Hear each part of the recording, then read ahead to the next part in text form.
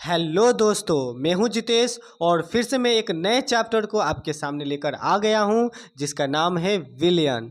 इस चैप्टर के कुछ लघु उत्तरीय प्रश्न को इसमें हम करने वाले हैं, तो चलिए वीडियो को चालू करते हैं। सबसे पहले हमारे पास प्रश्न है कि विलियन किसे कहते हैं। तो इसका उत्तर है कि विलयन दो या दो से अधिक पदार्थों का समांगी मिश्रण होता है जिसमें एक घुलनशील पदार्थ दूसरे पदार्थ में समान रूप से फैला होता है, जैसे कि नमक और जल। आपने देखा होगा दोस्तों कि जब आप पानी में नमक घुलते हैं तो नमक पूरे पानी में समान रूप से मिल जाता है। इसके अलावा हवा भी हो जाएगा जिसमें अनेक प्रकार की गैसें मिश्रित हैं। इसके अलावा मिश्र धातु भी आपके हो जाएंगे, जैसे पीतल है, कांस्य है इत्यादि। चलिए अगला प्रश्न देखते हैं। अगला प्रश्न है कि मोल अंश या मोल प्रभाज किसे कहते हैं। ये प्रश्न बहुत बार आया है दोस्तों, तो इसे याद कर लीजिए कि किसी विलयन में उपस्थित किसी घटक का मोल प्रभाज उस घटक की मोलों की संख्या और विलयन में उपस्थित कुल मोलों की संख्या के अनुपात को कहते हैं और इसे x से सूचित करते हैं। यदि आपको किसी घटक का मोल प्रभाज निकालना है तो उसी घटक की मोलों की संख्या को ऊपर लिखिए और विलयन में उपस्थित कुल मोलों की संख्या से भाग दे दीजिए, तो उस घटक का मोल प्रभाज ज्ञात हो जाता है। चलिए अगले प्रश्न को देखते हैं। अगला प्रश्न है कि मोलरता किसे कहते हैं। तो इसको कुछ ऐसे डिफाइन किया गया है कि प्रति लीटर विलयन में उपस्थित विलेय की मोलों की संख्या को विलयन की मोलरता कहते हैं। इसे m से सूचित करते हैं और इसका मात्रक मोल लीटर इनवर्स होता है। यह विलयन में उपस्थित विलेय की मात्रा को बताता है और एक बहुत ही जरूरी बात कि यह ताप से परिवर्तित हो जाता है, क्योंकि इसमें आयतन इंक्लूड है तो ये ताप से परिवर्तित हो जाता है। मोलरता बराबर होता है विलेय की मोलों की संख्या और बट्टा में विलयन का लीटर में आयतन, यानी कि जो भी आपको यहाँ पर आयतन लेना है वो लीटर में लेना है। चलिए अगले प्रश्न को यहाँ पर देखते हैं। मोललता किसे कहते हैं। ये मोललता का दूसरा यहाँ पर वर्जन आने वाला है। यह है मोललता। इसको डिफाइन किया गया है कि प्रति किलोग्राम विलायक में उपस्थित विलेय की मोलों की संख्या को विलयन की मोललता कहते हैं। देखिए दोस्तों, इसमें आपको विलायक लेना है ना कि विलयन। तो विलायक के यहाँ पर आपको द्रव्यमान ही लेना है और इसे हम छोटे एम से सूचित करते हैं और इसका मात्रक मोल पर केजी होता है। यह भी विलयन में उपस्थित विलेय की मात्रा को ही बताता है। और एक और जरूरी बात कि यह ताप से अपरिवर्तित हो जाता है, मतलब अपरिवर्तित रहता है, मतलब इस पर ताप का प्रभाव नहीं पड़ने वाला। और आप डिफाइन कर सकते हैं ऐसे भी कि मोललता बराबर विलेय की मोलों की संख्या और बटे विलायक का केजी में द्रव्यमान। चलिए अगले को देखते हैं। अगला प्रश्न ये रहा। अगला प्रश्न है कि विलयता या घुलनशीलता क्या है या किसे कहते हैं। तो स्थिर ताप पर विलयन में घुले हुए विलेय की अधिकतम मात्रा विलयन की विलयता या घुलनशीलता कहलाती है। यह ताप, दाब एवं विलायक और विलेय की प्रकृति पर निर्भर करती है। यानी कि ये जो आपके पास विलयता है ये ताप, दाब एवं विलायक और विलेय की प्रकृति पर यहाँ पर निर्भर करने वाला है। अगला प्रश्न है कि संतृप्त विलयन और असंतृप्त विलयन को परिभाषित करें। तो संतृप्त विलयन क्या होता है। तो वह विलयन जिसमें स्थिर ताप पर और अधिक विलेय घोला ना जा सके उसे संतृप्त विलयन कहते हैं, और वह विलयन जिसमें स्थिर ताप पर और अधिक विलेय घोला जा सके उसे असंतृप्त विलयन कहते हैं। तो इसको ऐसे डिफाइन कर सकते हैं। अगला बहुत ही फेमस नियम है, 7वां नंबर क्वेश्चन है कि हेनरी का नियम क्या है। तो इसको ऐसे डिफाइन किया गया है। देखिए, विलियम हेनरी ने सन 1803 में गैस की द्रव में विलयता के संदर्भ में एक नियम प्रस्तुत किया जिसे हेनरी का यहाँ पर नियम कहा जाता है। यह नियम है क्या। इस नियम के अनुसार किसी स्थिर तापमान पर किसी द्रव में घुली हुई गैस की मात्रा उस गैस के द्वारा द्रव के ऊपर लगाए गए आंशिक दाब के समानुपाती होता है। तो यहाँ पर हम लिख सकते हैं अर्थात P is equal to KH(x). यहाँ पर P आपका हो जाएगा गैस का आंशिक दाब, KH हो जाएगा यहाँ पर हेनरी स्थिरांक और x यहाँ पर हो जाएगा गैस का यहाँ पर मोलंश। अगला है कि राउल्ट का नियम क्या है। ये बहुत ही जरूरी कंसेप्ट है। तो वाष्पशील द्रवों के विलयन में प्रत्येक द्रव का आंशिक दाब उस विलयन में उपस्थित उनके मूल अंश के समानुपाती होता है और इसे ही यहाँ पर रॉल्ट का नियम कहा जाता है। यदि हम मान लेते हैं कि विलयन में उपस्थित किसी घटक I का आंशिक दाब Pi है, तो हम उसे लिख सकते हैं P0I xi। यहाँ पर P0I क्या हो जाएगा, शुद्ध अवस्था में उसी घटक का वाष्प दाब हो जाएगा, और xi क्या हो जाएगा, हमने जो विलयन लिया है उसमें उसका मूल अंश कितना है या उसकी मात्रा है। अगला प्रश्न है कि आदर्श विलयन को उदाहरण सहित परिभाषित करें। तो अब देखते हैं कि आदर्श विलयन क्या होता है। तो यहाँ पर इसको कुछ ऐसे डिफाइन किया गया है कि वह विलयन जो सभी सांद्रताओं पर रॉल्ट के नियम का पालन करता है उसे आदर्श विलयन कहते हैं। इसका यदि एग्जाम्पल देखा जाए तो जैसे यहाँ पर हो जाएगा नॉर्मल हेक्सेन है आपका, और यहाँ पर नॉर्मल हेप्टेन का मिश्रण है। दूसरा आपका हो जाएगा ब्रोमोएथेन और क्लोरोएथेन का मिश्रण। तीसरा है बेंजीन और टोलुइन का यहाँ पर मिश्रण। तो ये आपके सभी आदर्श विलयन का निर्माण करने वाले हैं। अगला प्रश्न है कि अनादर्श विलयन को उदाहरण सहित परिभाषित करें। तो इसको डिफाइन किया गया है कि वह विलयन जो सभी सांद्रताओं पर राउल्ट के नियम का पालन नहीं करता उसे अनादर्श विलयन कहते हैं। उसे अनादर्श विलयन यहाँ पर कहने वाले हैं।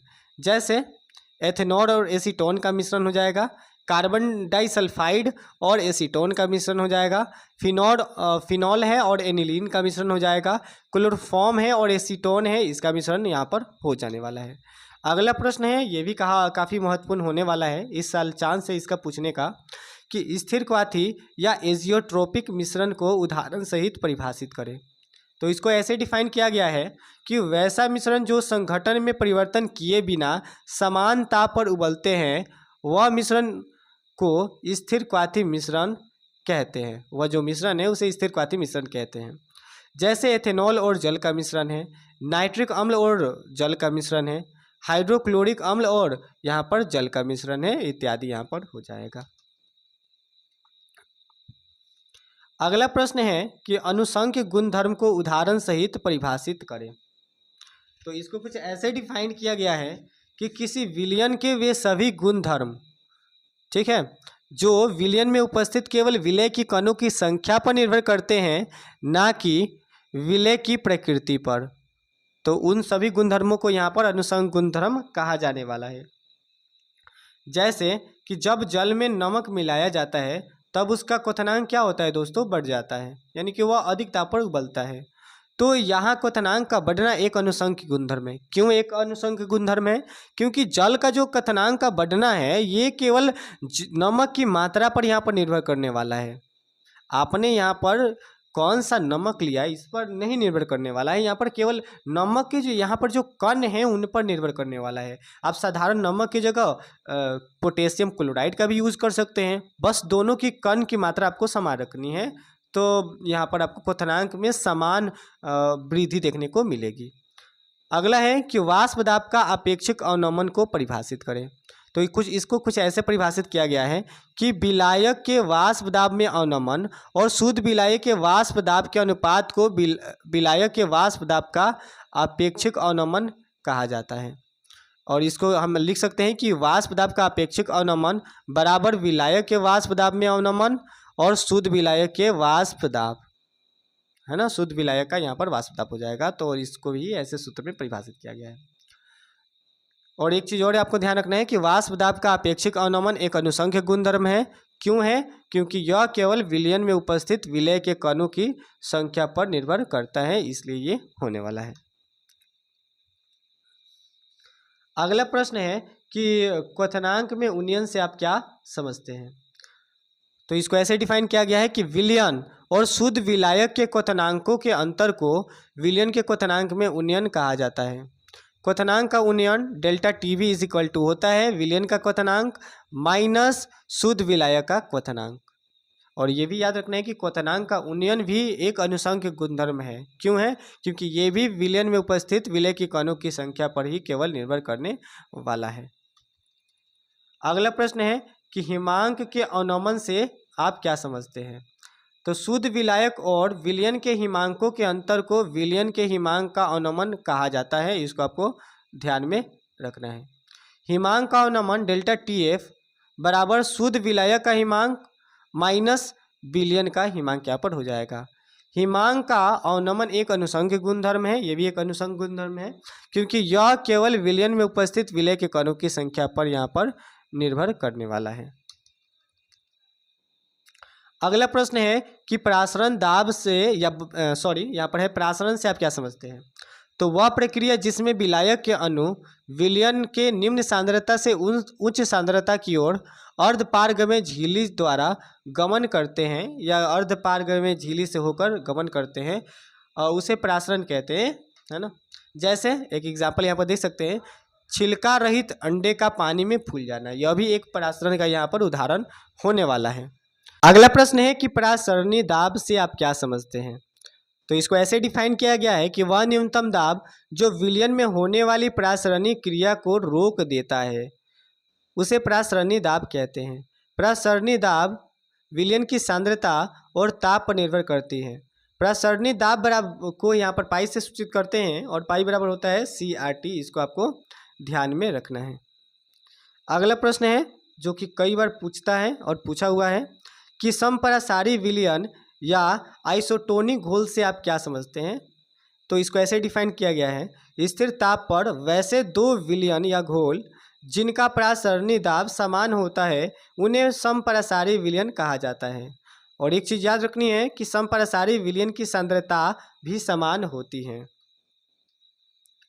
अगला है कि हाइपरटोनिक विलयन और हाइपोटोनिक विलयन से आप क्या समझते हैं। तो इसको ऐसे डिफाइन किया गया है कि दो विलयन में जिनका प्रासरणी दाब दूसरे की अपेक्षा अधिक होता है उसे हाइपरटोनिक विलयन कहते हैं। मतलब जिसका प्रासरण दाब अधिक उसे हाइपरटोनिक विलयन, और तथा जिनका प्रासरणी दाब दूसरे की अपेक्षा कम होता है उसे हाइपोटोनिक विलयन कहा जाता है। अगला प्रश्न है कि प्रतिलोम प्रासरण से आप क्या समझते हैं। तो इसे डिफाइन किया गया है कि जब विलयन पर प्रासरण दाब से अधिक दाब लगाया जाता है तब प्रासरण की क्रिया विपरीत हो जाती है। मतलब कि विलायक के अणु विलयन के उच्च सांद्रता से निम्न सांद्रता की ओर गमन करने लगते हैं। इसे प्रतिलोम प्रासरण कहा जाता है। इसका उपयोग समुद्र के पानी को शुद्ध करने में यहाँ पर किया जाता है। अगला है कि असमान मूलर द्रव्यमान से आप क्या समझते हैं। तो इसको डिफाइन किया गया है, किसी विलय का वह मूलर द्रव्यमान जो वास्तविक मान की तुलना में कम या ज़्यादा होता है उसे असमान मूलर द्रव्यमान कहा जाता है। अगला प्रश्न है जो कि लास्ट है 22 नंबर, वन टफ गुणक से आप क्या समझते हैं। ये भी बहुत खास प्रश्न है। तो विलयन में उपस्थित किसी विलय के सामान्य मूलर द्रव्यमान और असमान मूलर द्रव्यमान के अनुपात को वन टफ गुणांक कहते हैं।